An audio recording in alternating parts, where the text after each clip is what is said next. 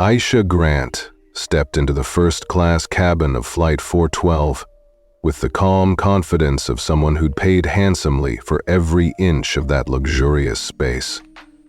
The soft glow of recessed LED lighting traced the curves of polished walnut accents and cream leather seats, each one perfectly angled for both conversation and solitude. A hush fell over the cabin as other passengers glanced up.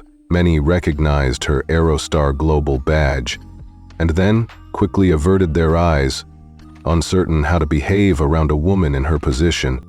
She slid into her assigned seat, 1A, at the window, and closed her eyes for a moment. The drone of the engines, the gentle hum of pre-flight announcements, even the muted clink of a flight attendant's cart, all of it felt familiar, comforting.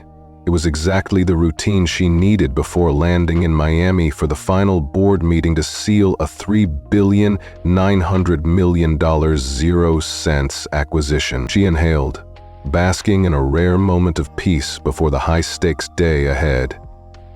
Then Sarah Monroe appeared at her side, clipboard in hand, scanner dangling from her wrist. Aisha blinked, expecting the usual cordial greeting. Instead, Sarah's face was tight, her lips pressed into a neutral line that didn't reach her eyes. "I'm sorry, Ms. Grant," Sarah said, voice pitched just above polite. "There's been an equipment change. We need to reassign your seat." Aisha's chest tightened. "Equipment change?" she echoed, undoing her seat belt with a controlled exhale. "My reservation was confirmed yesterday. I'm in 1A. Sarah's gaze flicked to her tablet screen, then back up. "I understand your frustration, but first class is fully booked. You've been assigned Economy Plus." A heartbeat stretched. Aisha felt the air in the cabin crystallize around her. The passengers seated across the aisle felt it too, an electric tension that pulsed in the quiet. The man in 1B swallowed his coffee nervously. A young couple 2 rows back exchanged glances. Even the flight attendant who'd just stowed the beverage cart paused mid-tack. Aisha let her gaze slide over her own charcoal gray suit. Tailored, expensive, the armor she'd worn through boardrooms and courtrooms. She smoothed an invisible crease on her sleeve. "Excuse me," she said, voice soft but unwavering. "I paid for first class." Sarah's grip on the tablet tightened. Her knuckles whitened around the scanner. She took a step back, scanning the screen again as though willing the words to change. "Ma'am, I'm only following protocol," she said, her tone flat. Aisha rose from her seat, heart pounding. The cabin felt suddenly too small, too narrow for everything she had to say. "Protocol?" she asked, her voice carrying like a stone tossed into still water. "Protocol says you confirm the passenger's reservation before you force her to swallow the economy line." Heads turned. A murmur rose like a wave ready to crash. Sarah's jaw clenched. She swallowed. "I'm going to need you to take your seat in Economy Plus," she said, scanning Aisha's boarding pass as though it were a mistake in her hands. The scanner beeped once, unmoved by the gravity of the moment. Then it registered the tag, or rather, failed to. The screen flashed. Seat changed. 14C, Economy Plus. Aisha stood perfectly still, the only movement her steady exhale. She met Sarah's eyes with a gaze honed by decades of battling condescension. "Do you know who I am?" The words were quiet, but every soul in that cabin heard them. Sarah's cheeks drained of color. For a fraction of a second, the scanner lowered. The cold veneer cracked. Aisha felt the power shift, subtle but unmistakable. This wasn't about entitlement. It was about respect. It was about her hard-won place in a world that so often told her she didn't belong. The cabin fell silent. The gentle hum of the engines, the recorded announcements, even the padded footsteps of flight attendants, all of it receded, all eyes on Sarah Monroe, who swallowed again, awareness flooding her features that she'd just tried to pull rank against the incoming CEO of Coastal Air's suitor. Aisha inhaled once more, her pulse steadying. She relaxed her shoulders, a small concession to the moment's intensity. "I'll wait at the gate," she said, voice crisp. She turned and slipped past the cluster of shocked passengers, each offering her just the faintest nod of solidarity. As she passed into the aisle, she let her mind click into forward gear. No theatrics, no raised voice, just a calm calculation. She might have been bumped today, but this was far from over, and as the cabin door slid shut behind her, muffling the muted protests of the remaining first-class passengers, Aisha Grant knew one thing for certain. No matter how many seats they reassigned, her resolve would never find a downgrade. At 5:00 a.m., Manhattan was still draped in darkness, the city's skyscrapers glittering like distant constellations against a velvet sky. In her penthouse on the 52nd floor, Aisha Grant stirred awake to the gentle chime of her alarm. It was the same melody it had been for 20 years, her tether to the relentless drive that had carried her from junior analyst to one of the most powerful CEOs in global. She paused at the edge of her king-size bed, sliding her feet into soft slippers. For a moment, she allowed herself to savor the quiet air, heavy with the faint scent of ylang-ylang from her diffuser. The world beyond her floor-to-ceiling windows felt miles away and mercifully silent. But she knew better than to indulge in stillness for long. In her line of work, every second counted. 20 years earlier, she might have lingered. She would have lingered before boarding a flight, before walking into a conference room full of men who dismissed her at first glance, before wiping away an invisible tear when yet another promotion slipped through her fingers. But that was then. Now, as the CEO of Aerostar Global, she honored the memory of those setbacks by obliterating any doubt of her competence and her right to claim every inch of success she'd earned. She dressed with deliberate precision, a bespoke charcoal gray pantsuit that hugged her silhouette, a crisp white blouse and a strand of simple pearls, her mother's legacy of poise. She clipped her hair back into a low chignon, the faint silver threads at her temples catching the light. As she fastened her pearl earrings, she caught a glimpse of herself in the vanity mirror. The woman who stared back was unrecognizable from the one who'd first walked these halls as a terrified intern. Her posture was regal, her gaze unflinching. Down the hall, her housekeeper Gloria knocked softly and entered with a tray. "Good morning, Ms. Grant," she said, placing a small porcelain cup of rich espresso beside a plate of avocado toast. Gloria had been with her for 15 years, through late nights of pitch decks, early mornings of jet-lagged red eyes, and every triumph and stumble in between. She was one of the few people who knew both sides of Aisha, the public figure and the private woman striving to keep her promise to herself. "Thank you, Gloria," Aisha replied, lifting the cup to her lips. The bitterness of the espresso was a welcome jolt, a reminder that comfort without challenge felt hollow. "Big day ahead." Her voice was warm, but her eyes were already calculating, scanning the digital summary on her tablet. Coastal Air acquisition vote, final board meeting, $3,900,000,000, 0 cents valuation, equity dilution percentages, risk assessments. The numbers danced across the screen like partners in a complex choreography.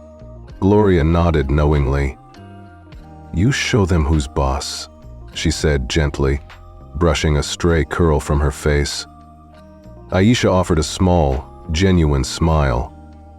"Always," she said, though the words carried more weight than casual bravado suggested.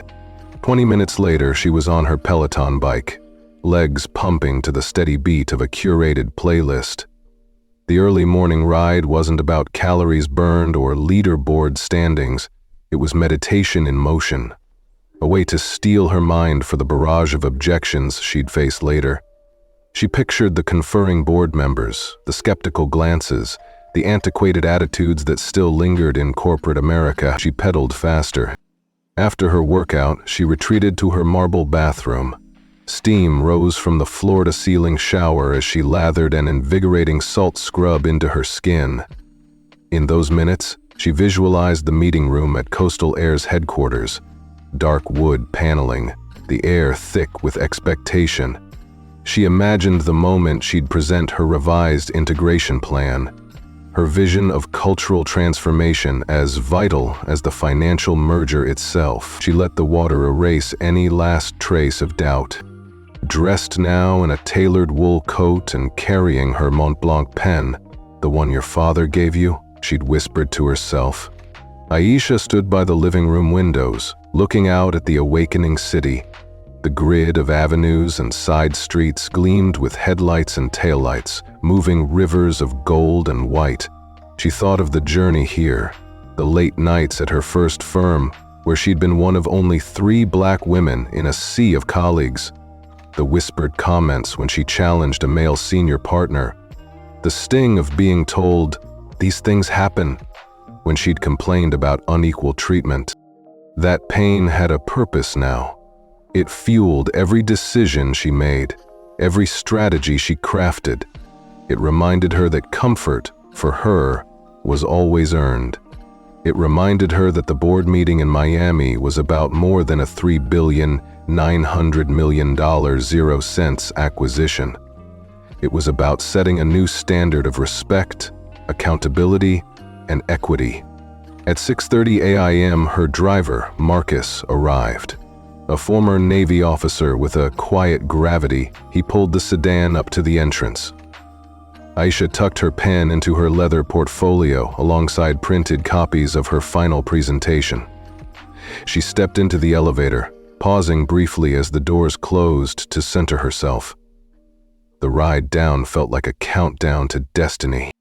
"Have a good meeting," Marcus said once she was seated. His tone was respectful, unassuming, but she sensed the pride he carried in her accomplishments. That pride was a mirror of her own. "Thank you," she replied, fastening her seatbelt. "Because I will." As the car slipped onto the expressway toward O'Hare International, Aisha took one last sip of her now slightly cooled espresso. The city skyline receded behind her, but the image of Manhattan's towers remained etched in her mind. No matter where she went, no matter how often she was knocked down or shuffled aside, she would always rise. Because she had to. Not just for herself, but for every woman who'd ever been told she. And today she planned to prove that belonging wasn't granted. It was claimed. The morning light was just beginning to filter through the floor-to-ceiling windows of O'Hare International's Terminal 3 as Aisha Grant exited the car. She took a deep breath of crisp Chicago air, centering herself. The long drive from Manhattan had been quiet, too quiet. Her mind racing through board presentations and possible objections. Today wasn't just another meeting, it was the culmination of 18 months of grueling negotiations to acquire Coastal Air for $3,900,000,000 0 cents. Every detail had to be flawless. Inside the terminal, the priority check-in line was mercifully short. A handful of early bird travelers, frequent flyers in crisp suits, nodded in her direction, some smiling politely, others feigning indifference. Aisha offered a curt nod in return, her attention already on the sleek kiosk that bore the Aerostar Global emblem. She tapped her finger on her phone's mobile check-in app and watched the confirmation screen. "Seat 1A, first class, confirmed. Good. One less thing to worry about." "Ms. Grant?" The gate agent's voice cut through her focus. She looked up to see James O'Leary, his name tag glittering under fluorescent lights. James, a young man with earnest eyes and a well-pressed uniform, had checked her in before on Jubilee flights. He knew her name. She knew his friendliness. "Good morning, James," she said, extending her phone. He scanned the mobile boarding pass, brows furrowed as his scanner beeped. He leaned closer to the screen. Aisha caught a flicker of something, confusion, maybe even apprehension, in his eyes. "I'm showing you're in seat 14C, he said, voice low. Economy plus. Time seemed to slow. Aisha's chest tightened. "Excuse me?" she repeated evenly, though her heart kicked against her ribs. "I booked first class as usual." She tapped the confirmation screen on her phone. "It's right here." James scrolled through his system. "I see that. There was an equipment change overnight. The Boeing 787 we planned for this flight is sidelined for maintenance, so they swapped in an Airbus A320. First class capacity dropped from 8 seats to 4. He paused, choosing his words carefully. The system auto-reassigned some passengers. You were one of them. A cold knot formed in Aisha's stomach. Auto-reassigned? Her voice was measured, but her pulse spiked. The gentle rush of the terminal, luggage wheels gliding, distant announcements, faded into a background hum. She felt suddenly dislocated, as though the ground had shifted beneath her. James's lips curved in an apologetic half-smile. "I'm very sorry. We've noted your platinum status in the system, and you'll get priority at the gate if anything opens up. We'll also issue you a mile credit. But right now, first class is full." She forced herself to inhale slowly, keeping her expression calm. Inside, a familiar sting of indignity burned. This wasn't the first time she'd been shuffled aside by some impersonal algorithm or dismissive policy. But today, of all days, she couldn't afford to let it slide. "I appreciate the offer," she said quietly, "but I need to be in first class." She spoke the words not as a demand born of entitlement, but as an assertion of respect. "Do you have a supervisor you can check with?" James shifted uncomfortably. "I can call my lead, but odds are the same. I'm really sorry, Miss Grant." She resisted the urge to straighten her shoulders, to remind him how far she'd come as a black woman in a field that had been unwelcoming from day one. Instead, she swallowed, maintaining a veneer of polite poise. "Yes, please do." He stepped aside to make the call. Aisha watched him through the crowd, his foot tapping against the floor. In that motion, she recognized the same tension she saw whenever men in boardrooms hesitated before correcting a mistake they'd made at her expense. She closed her eyes for a fraction of a second, letting herself recall a younger version of herself. An analyst at a boutique firm, the only woman in a strategy session, being told she had spoken out of turn. And then she opened her eyes, resolved. Moments later, James returned. His cheeks were flushed. "I'm really sorry," he began again. "I spoke to my supervisor, no change. You'd have to wait until the gate for any seat reversal." A hush settled around their little corner of the terminal. A few travelers peeked over their shoulders, curious. A father shushed his child. A businessman in chinos scrolled through his phone, oblivious to the charged moment unfolding. Aisha folded her arms, letting the weight of her disappointment settle into quiet determination. "Understood," she said, voice steady. "Thank you for trying." She tucked her phone away, turned, and slipped into the priority lane for Economy Plus. As she walked away, the sting of demotion lingered like a bruise.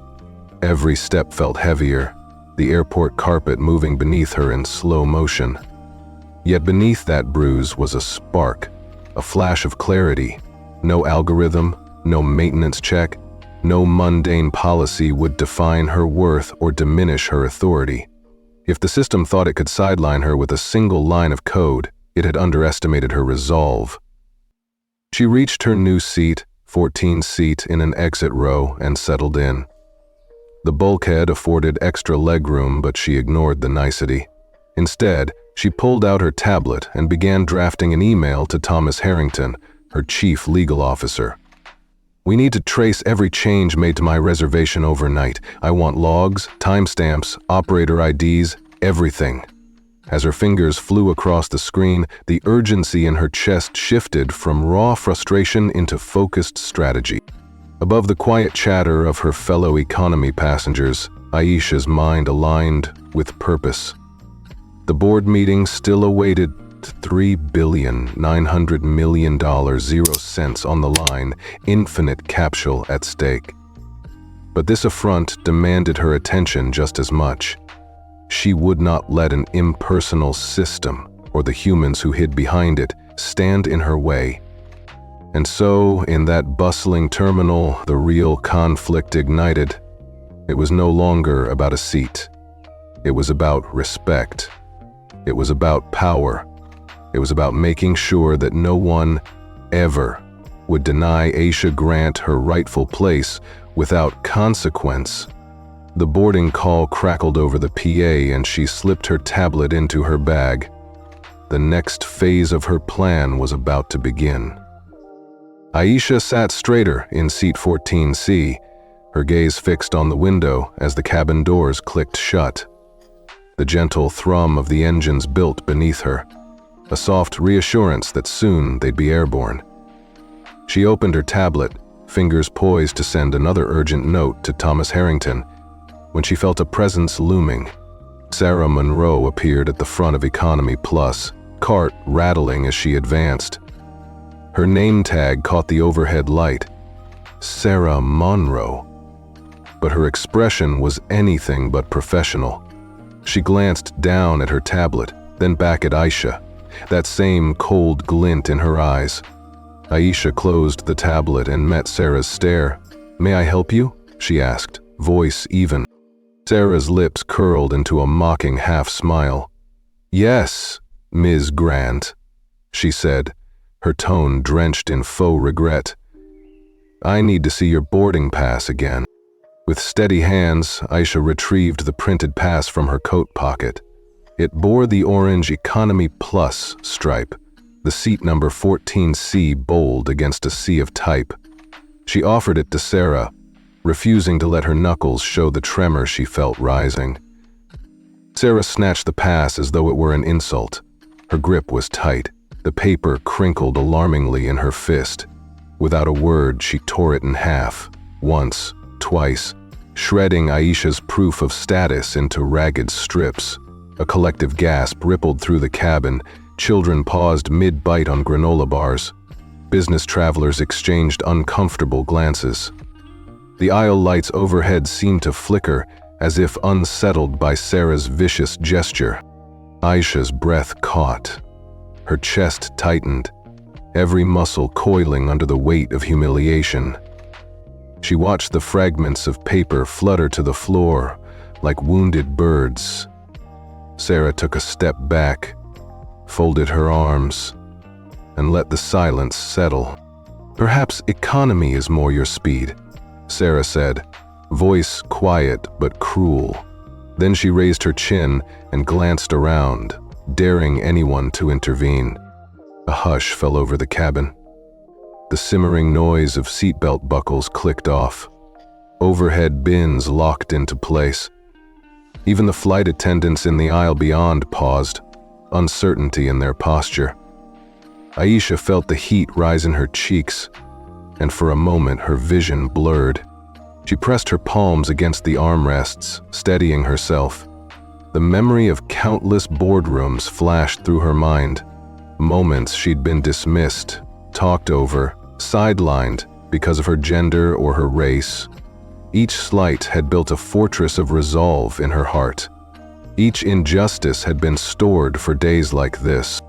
Swallowing, she rose to her feet. Her voice was calm, not the tremor of anger, but the quiet power of someone who refuses to be broken.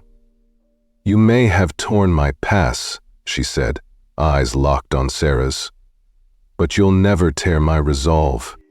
Sarah's smirk faltered, replaced by a twitch of uncertainty. A few passengers turned in their seats, some nodding in encouragement. A young woman 2 rows back offered a timid thumbs up. An older gentleman in loafers cleared his throat, shifting in his seat. Sarah glanced at the remains of the path scattered on the carpet, then back at Aisha. Her posture tightened, as though bracing for an argument. Instead of replying, she clicked her tablet shut and backed away, cart rattling once more as she retreated. Aisha inhaled deeply, chest rising and falling with deliberate calm. She reached for the strips of paper on the floor. Though useless, collecting them felt like reclaiming a piece of her dignity. Folding the largest fragment into her palm, she tucked it into her blazer pocket, a small talisman against further erasure. Moments later, the captain's voice crackled over the intercom, calling final boarding. Aisha slipped past the rows of economy plus seats to the front of the cabin, where first-class passengers sat in smug comfort. She caught Sarah's eye as she walked by, but Sarah looked away, guilt and surprise flickering across her face. As the jet bridge retracted and the engine spooled to life, Aisha settled back into seat 14C. She allowed a single tear to slip free, an acknowledgement of the indignity she'd faced, and a vow that it would not stand. She tapped open her email draft to Thomas. Subject: Reservation audit, immediate action required. Thomas: They've escalated. Sarah Monroe tore up my boarding pass in the aisle. Deliberate, humiliating. I want every single log, every timestamp, every operator's badge number who touched my reservation. And I want it now. Aisha. Her fingers hovered for a moment before hitting send. The email whooshed off into the digital ether, a silent assault on the corporate machine that had so casually humiliated her. A jitter of motion caught her eye. Mason Chen, the teenager from Economy Plus, watching her with wide, sympathetic eyes. His father, David, offered a small, respectful nod. Aisha allowed herself a faint smile. Even here, in the unlikeliest of row 14S, she was not alone. The beverage service began, the clink of cups and the murmur of polite conversation filling the space. Aisha accepted a glass of sparkling water from a sympathetic flight attendant, another subtle ally in a sea of passive observers. She raised it briefly in acknowledgement and then positioned herself to look out the window. Below, the tarmac blurred as the plane rolled toward the runway. Chicago's skyline receded, a reminder that beyond every insult, beyond every torn paper and cruel word, lay horizons yet to be conquered. And as the engines roared into ascent, lifting her skyward, Aisha Grant's heart steadied with clarity. Cruelty might scar the moment, but justice, silent or thunderous, would have its day. She would ground this airline, expose every hidden hand, and do it all without once raising her voice. Because in the end, power was not measured in decibels, but in unwavering resolve. The cabin lights dimmed for takeoff. Aisha traced the window's edge with her fingertip, eyes bright with purpose. And as Flight 412 climbed through the clouds, so too did her determination. Unbreakable and ascendant. Aisha leaned back in seat 14C, cradling the lukewarm glass of sparkling water the flight attendant had just handed her. Around her, Economy Plus hummed with the muted rhythms of mid-flight life. The soft whir of air vents, the low murmur of passengers conversing in hushed tones, the distant chime of the beverage cart rolling toward the rear. From here, she could see the golden headdress of first class just beyond the curtain, her rightful domain, now populated by strangers who'd taken her place. Her jaw clenched as she replayed Sarah Monroe's cruelty, the tearing of her boarding pass, the casual smirk, the ruthless satisfaction of a woman who believed rules trumped respect. In that moment, Aisha had tucked the crumpled paper strip into her blazer pocket, a private reminder that paper could be torn, but resolve could not. Now, settled among canvas seats instead of leather, she felt that resolve harden into something unbreakable. A slow wave of empathy rippled through her chest.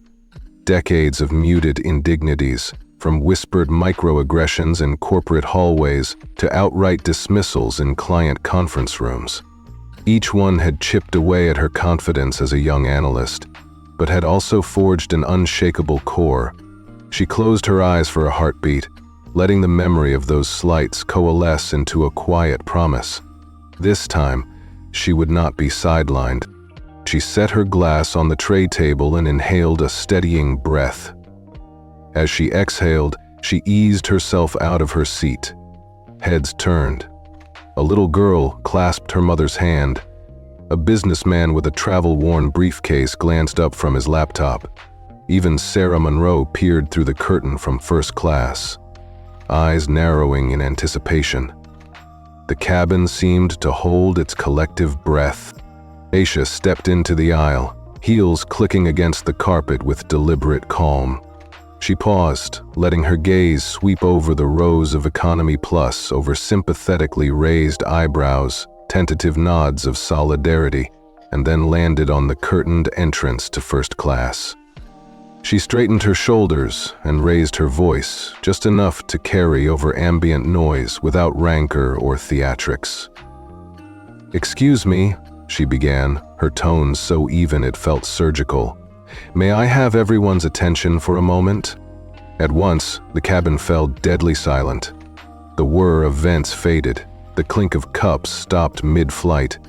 Even the flight attendants folded themselves into stillness, attentive to the commotion. Aisha's heart hammered, but her voice never wavered.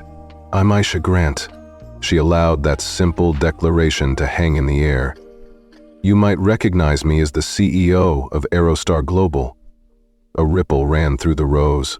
Eyes widened. A faint murmur passed from seat to seat. Aisha waited, letting the significance settle. "Just a few minutes ago," she continued. "Ms. Monroe here."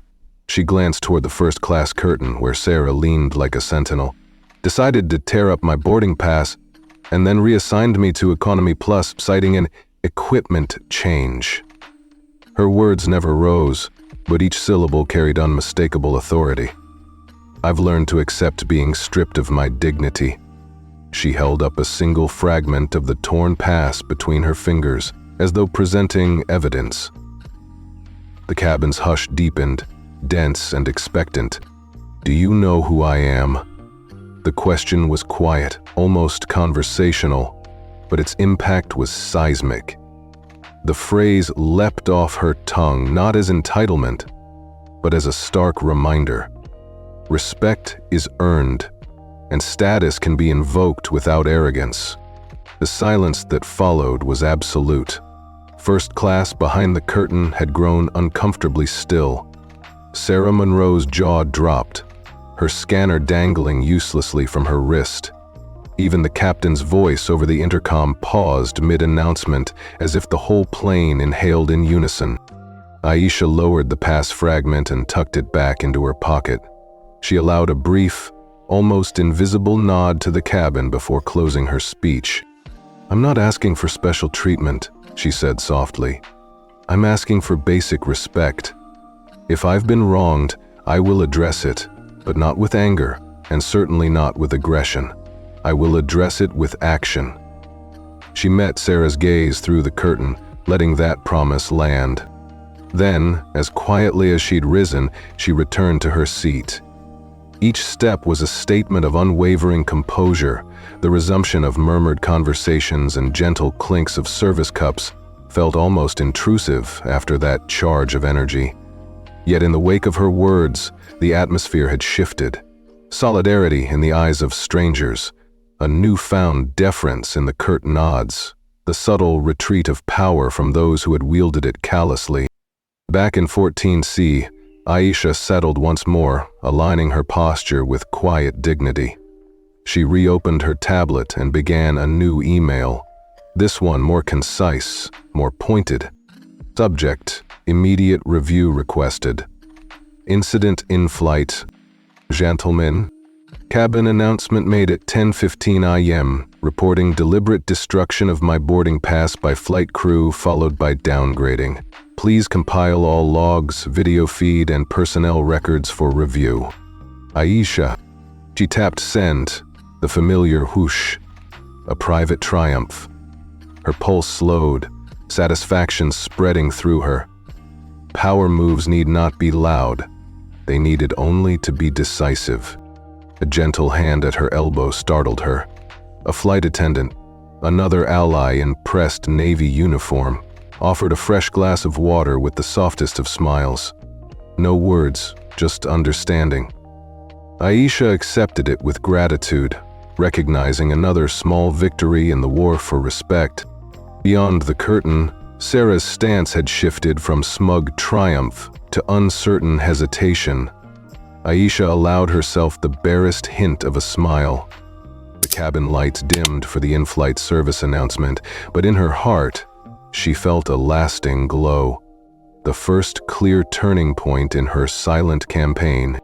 As the plane leveled off at cruising altitude, Aisha Grant closed her eyes for a moment. In the hush of mid-flight, she savored the quiet power she'd unleashed. This was her first small climax, her power move that clarified one truth. You can't erase who she is. Not with torn paper, not with older planes retrofitted on a whim, and certainly not with cramped seats. And as the engines hummed their steady rhythm, Aisha felt a deep surety settle in her chest. This flight had shifted. She had shifted it. And the real reckoning was only just beginning. The cabin lights had been dimmed for mid-flight service when Aisha's phone buzzed insistently in her pocket. She glanced down. Thomas Harrington, her chief legal officer, was calling. Nodding to the flight attendant, she slipped into the aisle and pressed the button. A hushed silence followed her voice, as if the entire plane wanted to eavesdrop. "Thomas," she said, settling into a vacant jump seat by the curtain. "What've you got?" His voice came crisp, urgent. "I pulled the reservation logs you requested.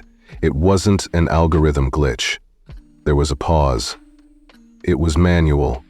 At 5:52 IME, someone in your name hit the downgrade flag on your record. Aisha's breath stilled. "Who?" she asked, tone barely above a whisper. "Carl Wittmann," Thomas replied. "He logged in under supervisor credentials at the Coastal Air Ops Center. He specifically targeted your reservation." At the mention of his name, images flickered through her mind. The fortified office at Atlantic's overnight headquarters, the glow of monitors illuminating a solitary figure, a ruthless veteran of an industry she had vowed to transform. How did this even happen? She pressed. Thomas cleared his throat. He overrode the automatic reassignment protocol. No one else saw or logged that action. Our IT team also recovered a stray voice memo from the ops desk. His voice, commenting, "Let her taste a little of what the rest of us endure." The revelation hit her like cold water. Not a random error, not a bureaucratic slip, but a deliberate act of malice. A man with 32 years of service, feeling emboldened to sabotage her flight in petty retaliation for the very acquisition she was there to finalize. Aisha closed her eyes, replaying each indignity, the torn boarding pass, the smirk on Sarah Monroe's face later in the aisle, the murmurs of passengers who had pitied her before pity turned to admiration. She felt the weight of every moment crystallize into a single truth. This hadn't been about seats or equipment at all, but about power. Someone's need to remind her she didn't belong. "Thank you, Thomas," she said finally.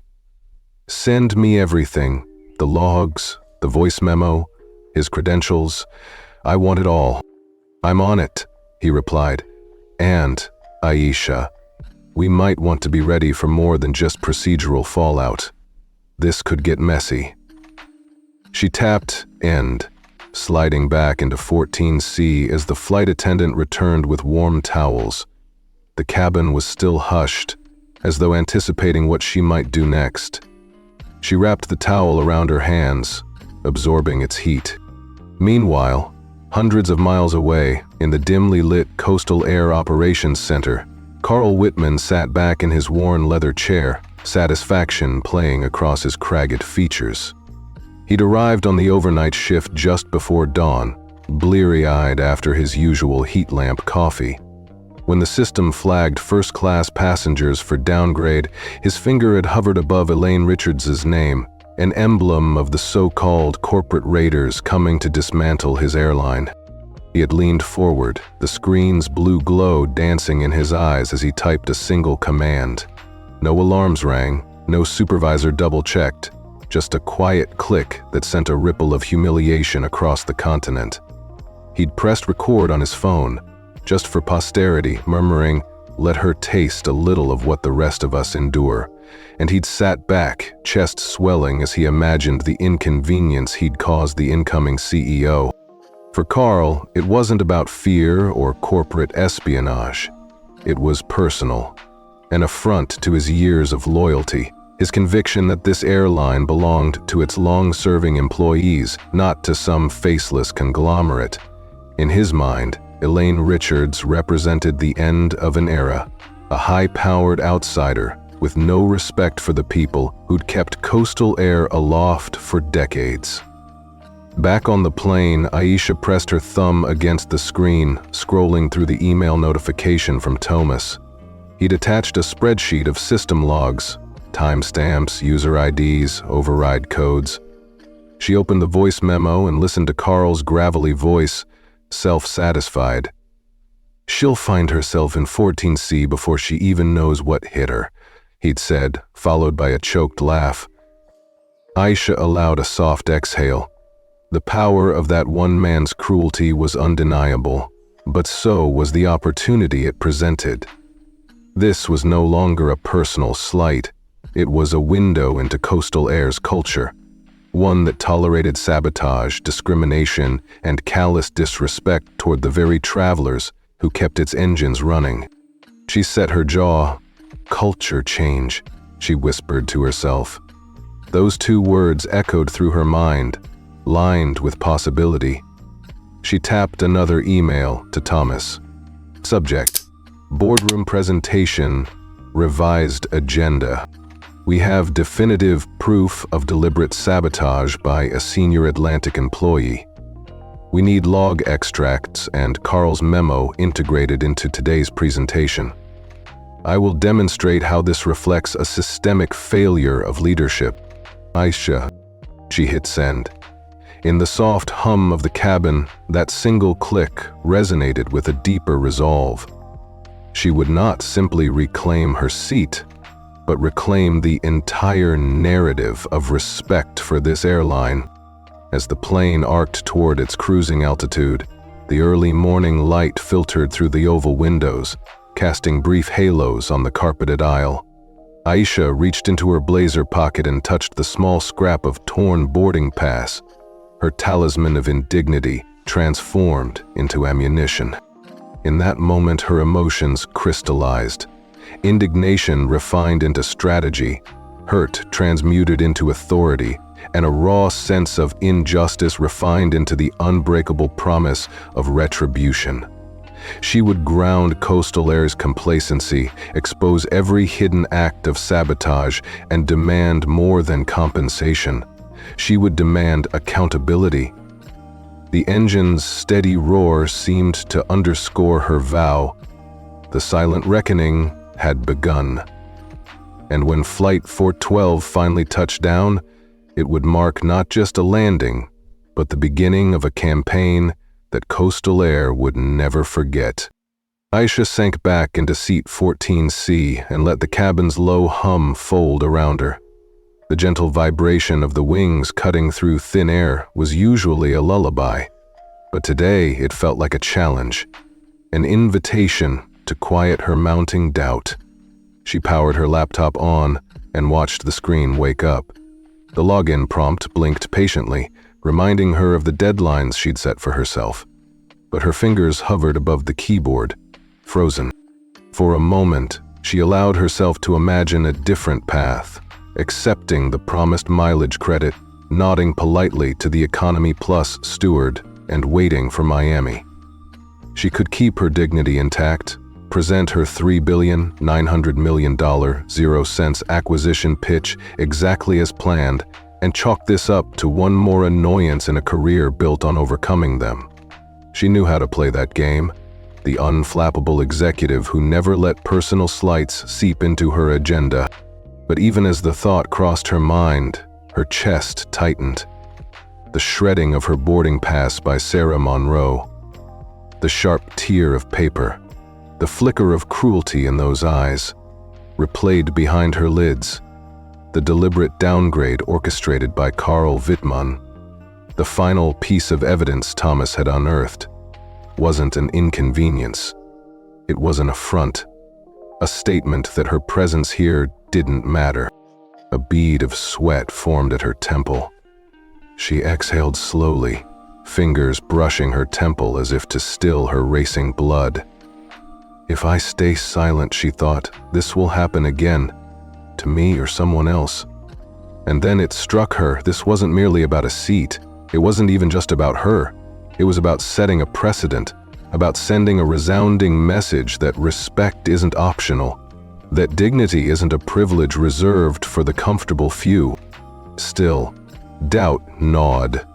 What if this backlash made her look vindictive? What if headlines tomorrow read, CEO misuses power over airline passenger?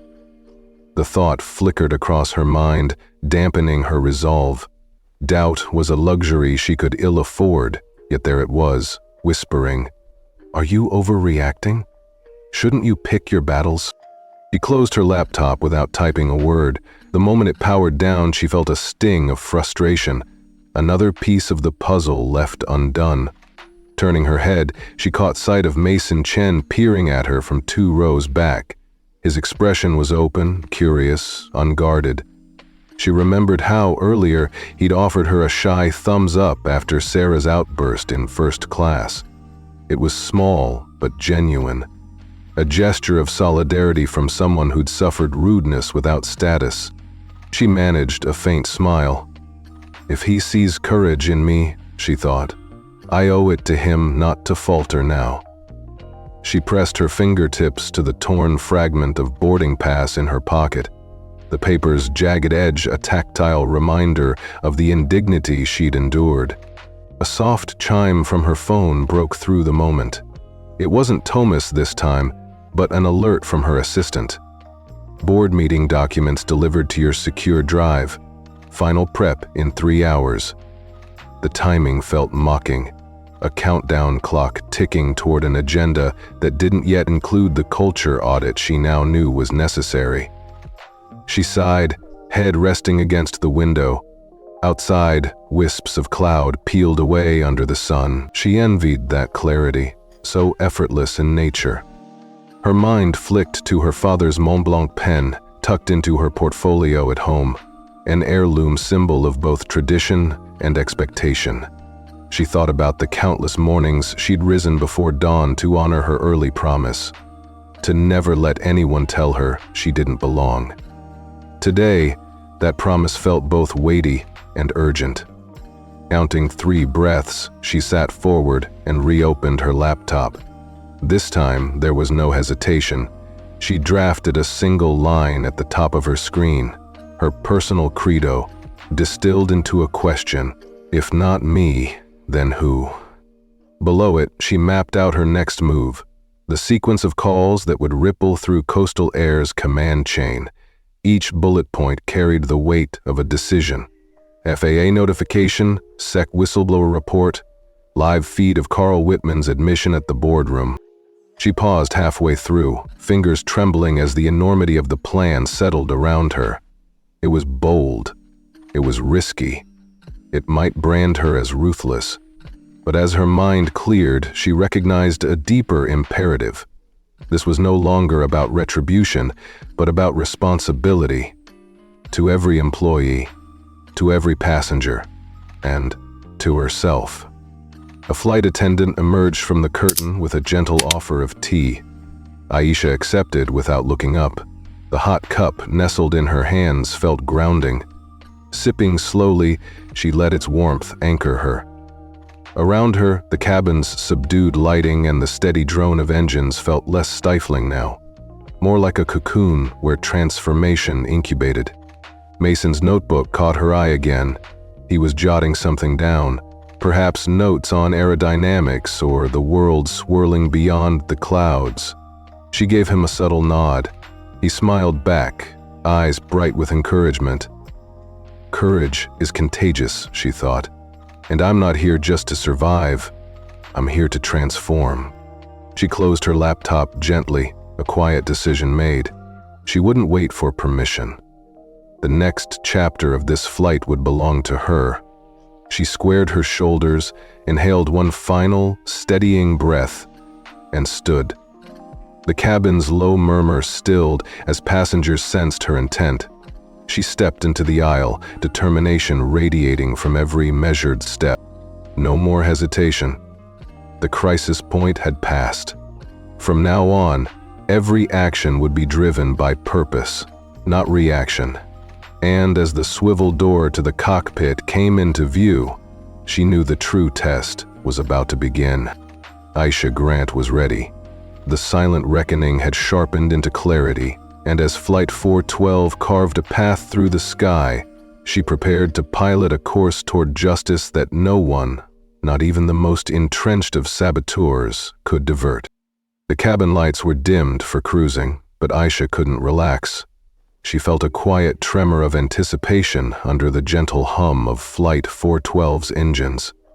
The seatbelt sign had gone off, and passengers were beginning to stretch, order drinks, and settle into mid-air routines. Yet Aisha remained poised in 14C, staring out at the endless sky, her jaw set with unspoken resolve. Moments earlier, she had reviewed the evidence Thomas sent. Carl Wittmann's override logs, the time-stamped downgrade, and the gravel-voiced memo crowing about humiliation. It was more than enough to prove a deliberate protocol breach, one that could endanger every traveler if left unchecked. She closed her eyes, inhaled deeply, and felt the final barrier of doubt dissolve. This wasn't about retaliation, it was about safety, accountability, and the kind of justice that flows from calm authority. She fished her smartphone from her blazer pocket. The polished screen glowed with the FAA hotline number, pre-saved under Emergency Safety Report. Aisha's fingertip hovered above the dial button for only a second before she pressed. The quiet resistance of the plastic gave way to a short, ringing tone. Federal Aviation Administration. A steady voice answered. "This is the Safety Operations Center." "Good afternoon," Aisha began, her tone clear and unhurried, like delivering a boardroom address. "My name is Aisha Grant, CEO of Aerostar Global. I'm calling from Flight 412 en route to Miami to report a critical safety protocol violation involving a fleet-wide equipment change that was intentionally misrepresented." She paused, letting the words land. "I need all Coastal Air aircraft grounded immediately pending a full technical inspection." Silence answered her, punctuated only by the soft click of buttons. She could almost feel the operator leaning in, processing the request. "Ma'am?" the voice said finally, edged with surprise. "Ground the entire Coastal Air fleet? That's an extraordinary request." Aisha's voice remained level, quietly authoritative. "Extraordinary situations demand extraordinary measures. I have documentation showing a senior operations supervisor manually downgraded my reservation to Economy Plus, then publicly destroyed my boarding pass. In direct violation of our mutual safety protocols, if he can override manifest controls, who's to say maintenance logs haven't been tampered with?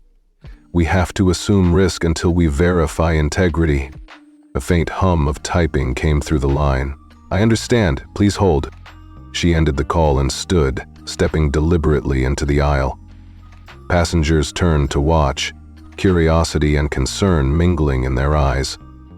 She made her way to the curtain and slipped through into the first-class cabin. Sarah Monroe looked up, her expression unreadable. "Mrs. Grant," Sarah said, a tremor in her voice. "Is there a problem?" Aisha slid her phone onto the attendant's podium. "I just reported a serious safety breach to the FAA," she said quietly. "Effective immediately, coastal air aircraft are grounded until they complete full technical inspections. That includes this one." Sarah swallowed. The other flight attendants froze, the cart still halfway down the aisle. First-class passengers sat stunned, their champagne flutes half lifted. The sound of a flight attendant's panicked gasp echoed from economy. Aisha returned to her seat as the intercom crackled. The captain's calm voice filled the cabin. "Ladies and gentlemen, this is Captain Wilson. We've received an FAA ground order for all coastal air aircraft. We're returning to the gate. Please remain seated with your seatbelts fastened." A collective intake of breath rose from every cabin section. Back in Economy Plus, the murmurs swelled into a chorus of shocked exclamations. Children clutched parents' sleeves. Business travelers glanced at their watches, then at each other. A flight attendant hurried past, the overhead signs flicking from "Fasten seatbelt" to "Return to gate." Aisha watched the ripple of surprise and unease spread across the cabin. The plane had slowed its forward thrust. The engines eased into a metallic hum of reversal. Moments later, an announcement blared overhead. "Flight 412 is diverting back to the gate in 5 minutes. We apologize for the inconvenience and will keep you updated." The mood shifted from confusion to dread. People exchanged resigned glances. This was no mere delay. This was a full stop. Aisha felt a rush of sober satisfaction. She pressed her fingertip to the torn scrap of her boarding pass in her pocket, its jagged edge a private emblem of the wrong she'd corrected. She reached for her glass of water, lifting it to her lips in a quiet toast to justice.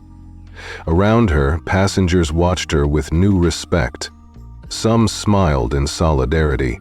Others simply observed the composed authority radiating from her. Down in the operations center on the ground, John Pierce's voice crackled over Aisha's speakerphone. "Mr. Grant, FAA confirms the ground order for all coastal air flights. You've effectively paused the entire fleet." His tone was a mix of awe and alarm. "What's next?" Aisha set her glass down. "Next, we document the procedure. Then we address the SEC. But for now, thank you." She ended the call and tucked her phone away, her pulse steady. The plane's wheels touched the tarmac with a muted clatter. The cabin brakes engaged. A hush fell again, deeper this time, charged with the weight of what had just happened. As she peered out the window at the jet bridge sliding slowly into place, Aisha Grant allowed herself a small, private smile. She had wielded power without aggression, turned a moment of personal humiliation into a shield for hundreds of passengers. She had reminded everyone, especially the critics who doubted her, that safety and respect are non-negotiable, and that sometimes the quietest voice carries the greatest authority. And in that suspended moment between descent and taxi, she knew the real journey was just beginning. The terminal jet bridge wedged against Flight 422's door felt like a jury's gavel slamming in silent judgment. Passengers sat in stunned silence, seatbelts still fastened, as cabin crew guided them off the plane. Aisha Grant remained in her aisle seat until the last traveler stepped into the jet bridge's fluorescent tunnel. Then, she stood and drifted to the galley, nodding a brief thank you to the lead flight attendant, Jennifer. "Mrs. Grant?" Jennifer asked quietly, concern and curiosity in her eyes. "What happens next?" Aisha's expression was calm, steely. "I'm going to call the SEC." She pulled her phone from her blazer pocket, already prepped with the hotline number for the office of the whistleblower. Jennifer's eyes widened. A hush fell even among the flight crew. A few rows back, Mason Chen peeked over his seat, offering an encouraging thumbs up. Aisha allowed a small smile but focused on the task. She found a corner of the galley, muted the intercom, and dialed. "Office of the Whistleblower," a firm voice answered. "SEC hotline? How can we help you today?" "Good afternoon," Aisha said, her tone controlled but urgent. "My name is Aisha Grant, CEO of Aerostar Global. I'd like to file an emergency whistleblower report concerning Coastal Air's deliberate falsification of maintenance and safety records."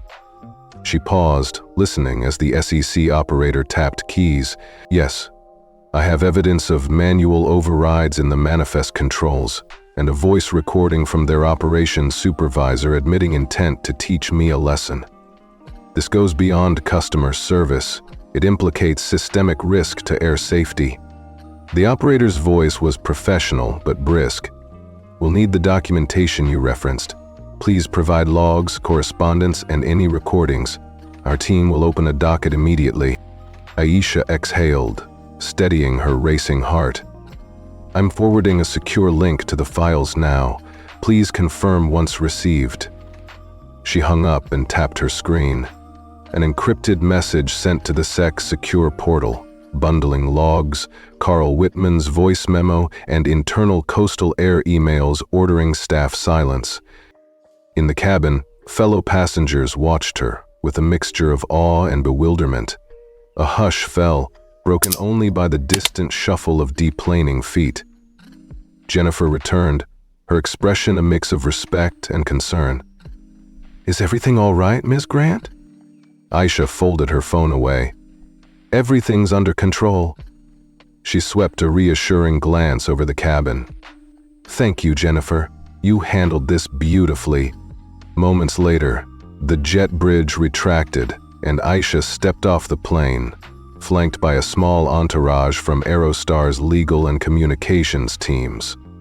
Cameras from her corporate liaison were already rolling, footage that would later appear in an internal briefing and possibly even in a controlled press release. Back at Aerostar Global's Miami headquarters, the effects rippled faster than any plane could fly. At exactly 1:45 p.m., Coastal Air's ticker symbol CAR began its most dramatic plummet in years. The numbers crawled across Bloomberg terminals. 15% within the first 15 minutes, erasing billions in market value. Traders shouted into phones, family offices scrambled to assess exposure. By 2:00 p.m., headlines blazed across financial websites. Coastal Air under SEC investigation, stock plunges 15%. Whistleblower CEO grounds airline now targets financial misconduct. In Coastal Air's sleek glass tower, the mood swung from smug confidence to frantic panic. CFO Rebecca Martinez watched her screens with widening eyes. "Did you authorize this?" she hissed at her head of operations, who shook his head mutely. The SEC notice had appeared simultaneously across all internal networks. "Urgent. Whistleblower report filed. Expect inquiry." On the 22nd floor conference room, board member Harold Berkowitz pounded his fist on the mahogany table. "This is catastrophic. A 15% crash in one session, and it's going to bleed into the next." He glared at Chairman William Foster. "Someone shut this down now."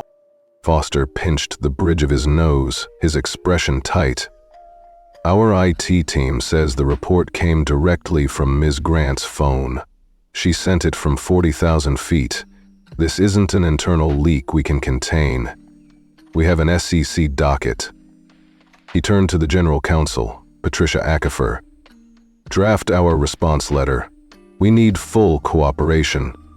And get me Thomas Harrington's contact." Meanwhile, at Aerostar's press center, Aisha stood before a small group of reporters and Aerostar staff. The carriage lights flicked on. She faced the cameras with unshaken poise. "Earlier today, I reported a safety and financial protocol violation at Coastal Air," she began, voice calm and measured. "I did so not out of vindictiveness, but out of obligation to every traveler and investor who trusted this airline. If a simple boarding pass can be torn with impunity, imagine what risks lie hidden in unchecked maintenance logs. Her gaze swept the room. I have full confidence that the SEC will conduct a thorough investigation. Aerostar Global will continue to support regulatory oversight, and we will not finalize our acquisition until Coastal Air demonstrates real accountability. Reporters tapped their pens, nodding. Flashbulbs popped. In the back row, Mason Chen's father, David, watched with pride, as did several Aerostar employees who had witnessed Aisha's silent struggle earlier on Flight 412. Upstairs in Coastal Air's corridors, the board members huddled. Patricia stood with printed copies of Aisha's public statement. "She's positioned this as a corporate responsibility move," Patricia said. "We can't attack her personally. We need a swift, genuine action plan." Foster nodded. "Agreed. Prepare an independent safety audit, commission a third-party review of all maintenance and IT protocols, and publicly commit to it by tomorrow morning." Back at the terminal, Aisha slipped into a rideshare car bound for her Miami hotel. Through the window, she could see ground vehicles swarming the tarmac. Coastal airplanes lined up for inspection. The scars of her calls were visible in every grounded aircraft, every agitated ground crew member. Her phone buzzed with a notification. Confirmation. Docket 64-67, 890 opened. Initial inquiry under Section 21F of the Securities Exchange Act. She allowed herself a small nod of satisfaction. Mason Chen, still aboard another Aerostar flight scheduled after Flight 412, finally made it off the ground, sent her a text. "You're my hero, Ms. Grant. Thank you for standing up." She smiled, tapping a quick reply. "Thank you, Mason. We all deserve safety and respect." In that moment, Aisha Grant felt the weight of responsibility settle into pride. She had turned humiliation into reform, one phone call at a time, and as the sun set over the Atlantic, painting the Miami skyline in shades of rose and gold, she knew that the true measure of power lay not in titles or seats, but in the courage to speak up and to ground an entire airline when justice demanded it. A hushed tension settled over the glass-walled boardroom at Coastal Air's headquarters in Midtown as Aisha Grant entered, flanked by Thomas Harrington and Patricia Ackefer. The long mahogany table gleamed under soft LED lighting. 14 board members sat rigidly in high-backed leather chairs. William Foster at the head, Harold Berkowitz beside him, Rebecca Martinez and the rest arrayed on either side. Each face bore a mixture of anticipation and thinly veiled apprehension. William Foster rose and offered a curt nod. "Mrs. Grant, welcome. We've gathered to finalize the acquisition terms." His voice was polite, but carried the weight of lingering resentment. "We understand you've submitted revisions?" Aisha met his gaze evenly. "Yes," she replied, voice calm but firm.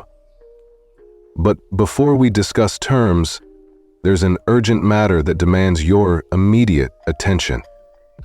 She glanced at Thomas, who tapped his tablet and projected the first slide onto the room's wall-size screen. The projection lit up with a time-stamped log file. Override Action 5:52 AEM, Supervisor IW, Carl Wittmann, followed by a waveform of audio.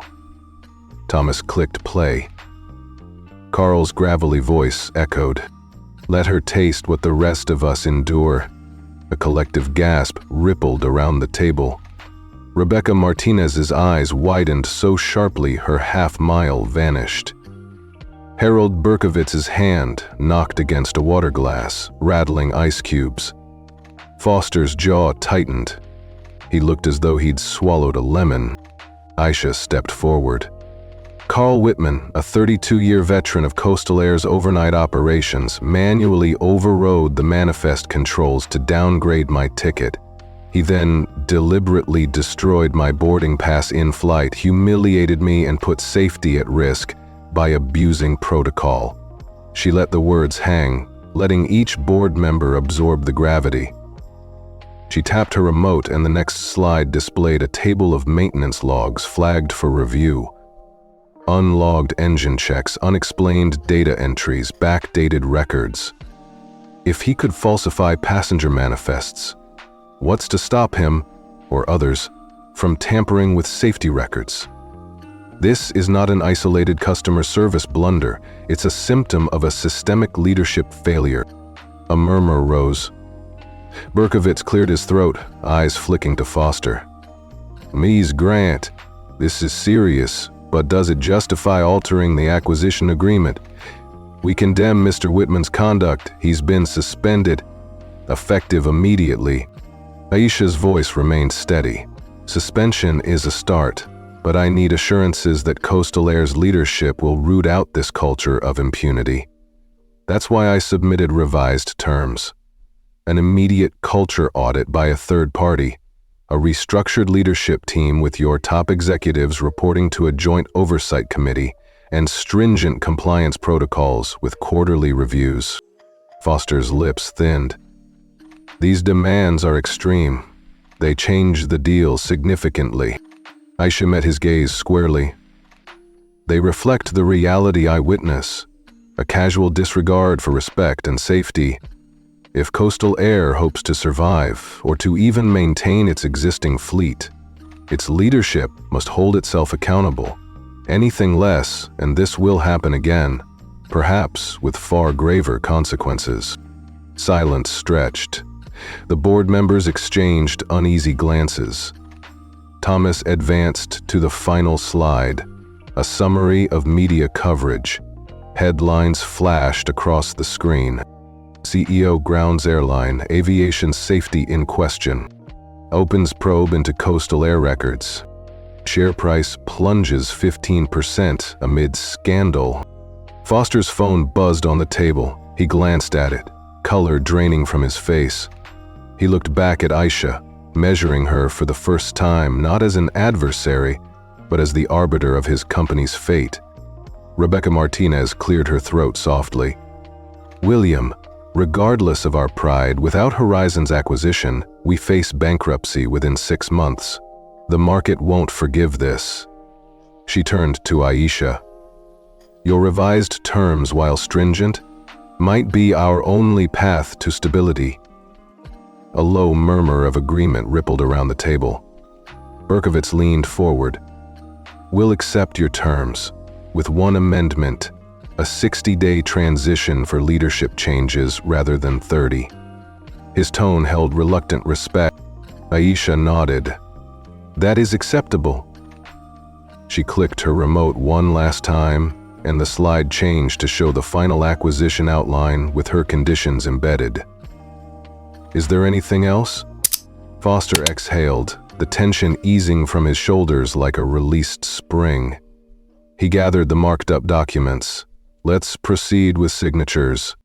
Within the next hour, pens scratched across parchment, handshakes were exchanged. A press release was drafted, announcing not just the $3,900,000,000 acquisition, but a joint commitment to root out cultural failings, bolster safety protocols, and implement an independent audit. Press photographers snapped images as Aisha and Foster stood side by side, an uneasy alliance, but a necessary one. As the meeting adjourned, Foster approached Aisha, offering a firm handshake. You made your point, he said quietly. I hope you find Coastal Air worth saving. Aisha returned his grip, her expression warm but resolute. It's worth saving, Mr. Foster. If we do it right. She paused, eyebrow arching. And if anyone dares to override safety again, they'll find me a far more formidable opponent. He managed a thin smile. Fair enough. Later, as she exited the building into the Miami afternoon heat, Aisha allowed herself a moment of reflection. The boardroom had tested her resolve, but she had turned the tables, exposing betrayal and rewriting the terms of power. She reached into her pocket, fingering the scrap of torn boarding pass. It had begun as a symbol of her humiliation. Now it was the emblem of systemic change. A taxi idled at the curb. As she climbed in, she heard the soft ping of an email. All board members signed. Transition plan approved.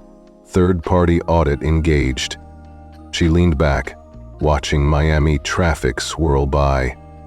The acquisition had been saved, but more importantly, a culture had been challenged.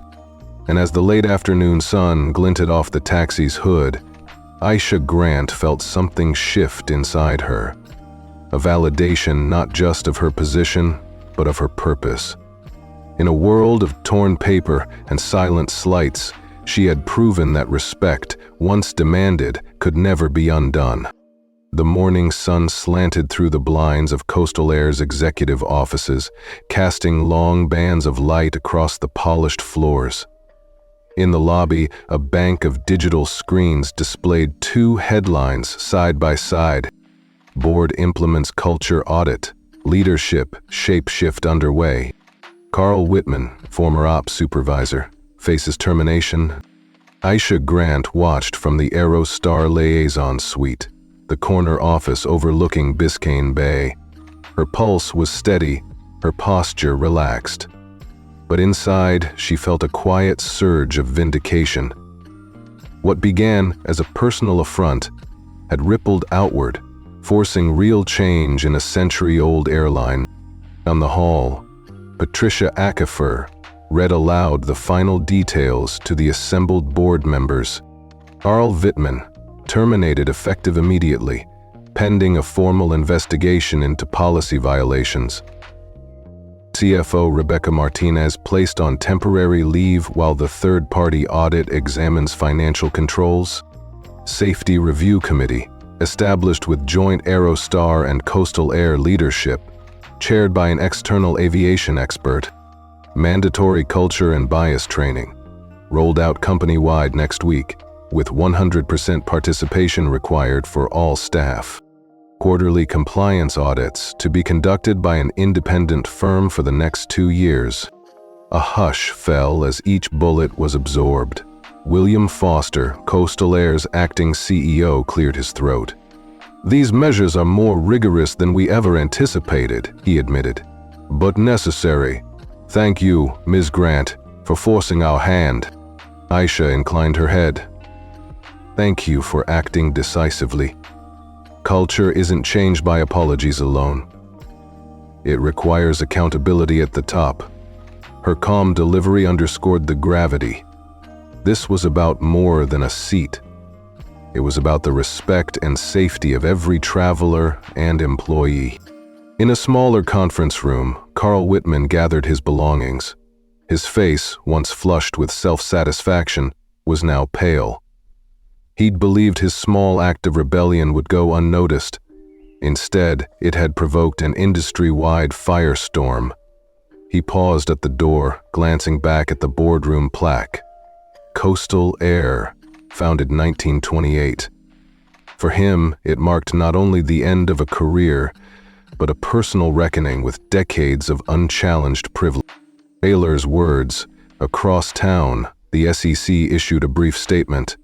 Coastal Air cooperates fully with ongoing investigation. Actions taken reflect commitment to compliance. Traders watched the stock tick upwards as stability returned. Aisha monitored the uptick, plus 8% since yesterday's low. She allowed herself a faint smile. It wasn't about profit, but it was a welcome indicator that accountability breeds confidence. Late that afternoon, word of Coastal Air's new leadership filtered into airports nationwide. Gate agents briefed on bias training.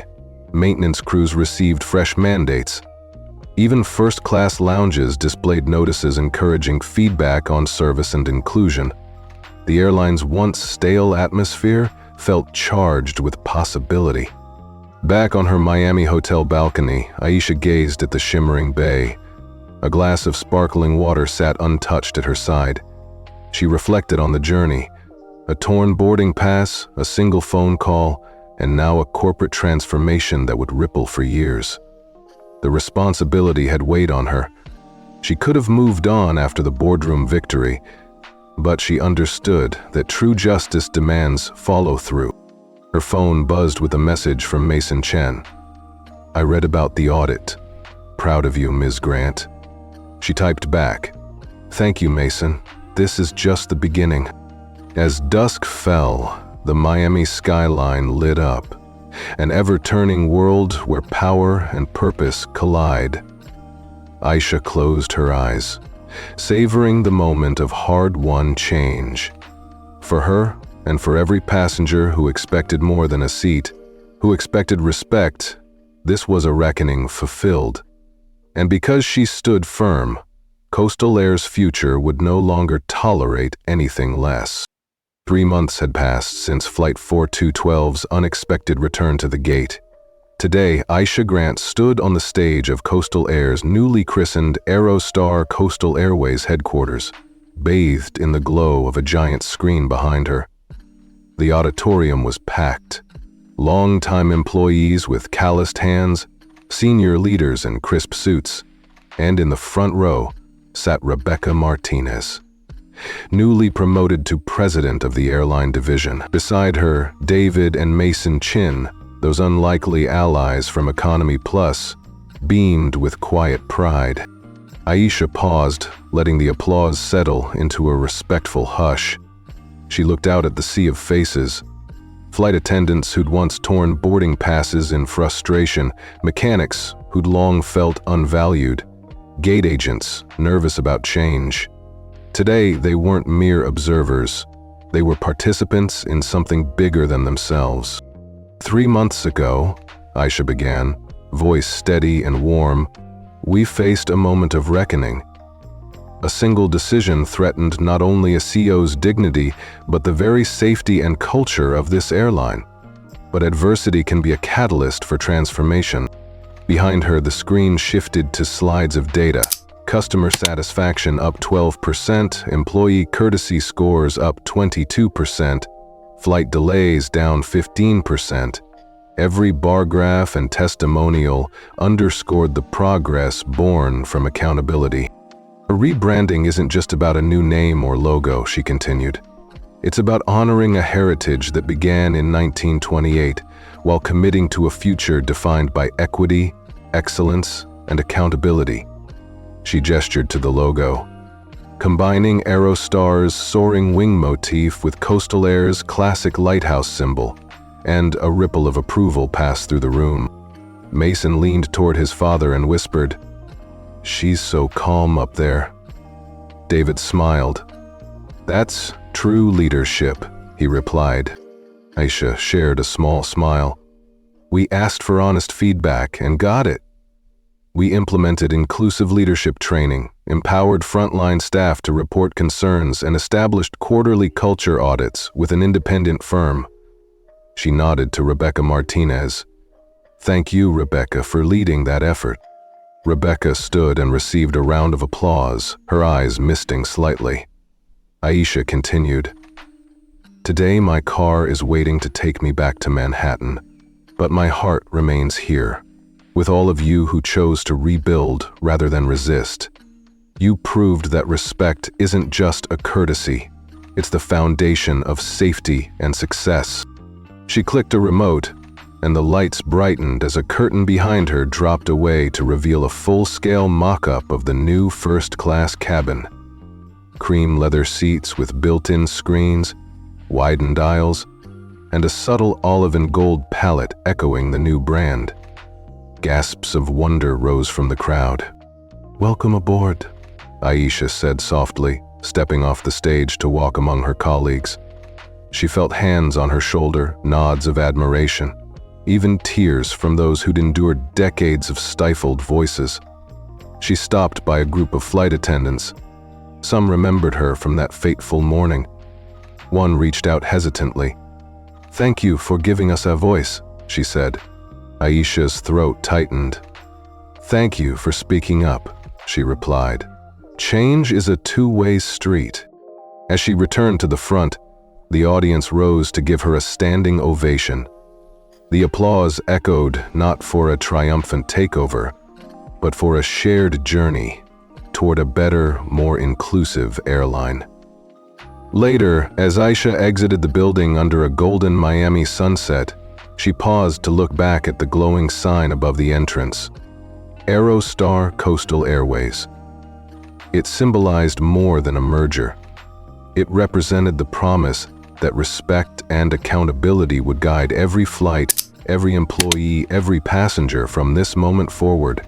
And in that quiet triumph, Aisha Grant felt the true power of her position, not to control, but to inspire, not to dominate, but to transform.